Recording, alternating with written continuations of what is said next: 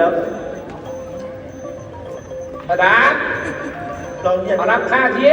เรียนดูดีกว่าพอสว่างพอสว่างพอสว่าง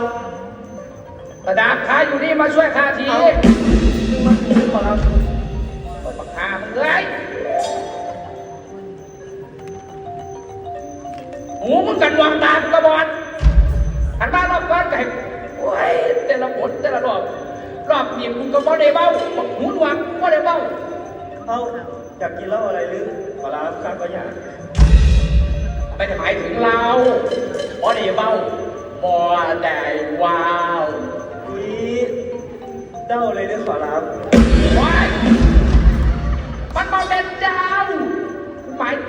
ว้าวพูดเบ้าที่แปลว่าพูดมึงเข้าใจไหมอุ้ยเด้าตัวเลยล่ะขอรับมึงสิมาเดาถูกยังเฮ้ยมึงก็เบาเรื่องเทพหมวกนะมึงใส่